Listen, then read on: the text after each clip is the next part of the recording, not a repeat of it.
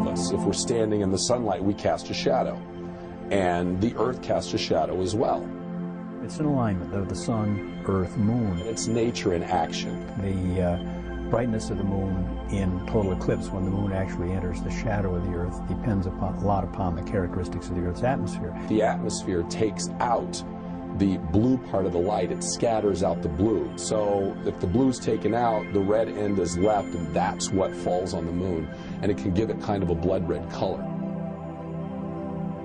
You can see the circular outline of the shadow of the Earth, which proves, or at least is powerful evidence that the Earth is a sphere. They knew that a couple of thousand years ago. It's been recorded that back in February of 1504, there were a few of the Native Americans that decided they really didn't want to trade with the people from the New World anymore, and so Columbus sort of threatened them with getting rid of the moon.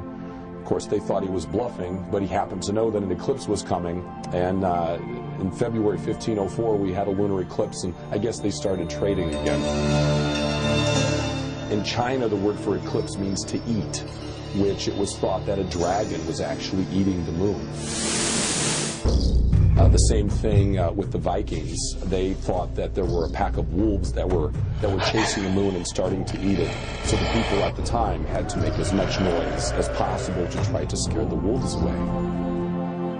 You can actually see the moon plow into the shadow creep across the surface of the moon, showing that the moon does in fact move against the background of the stars, and that it's in orbit around us. The moon's orbit is got this little 5-degree tilt to it. It's not really all that much, but it's enough that will often take the moon either above or below the Earth's shadow. So maybe if you're lucky, once every few years you'll get yourself a good eclipse. This is the last one for a while. The thing about a lunar eclipse is you only have to be on the nighttime side of the Earth. But for us here in central Illinois, it'll be December 2010 before it happens again.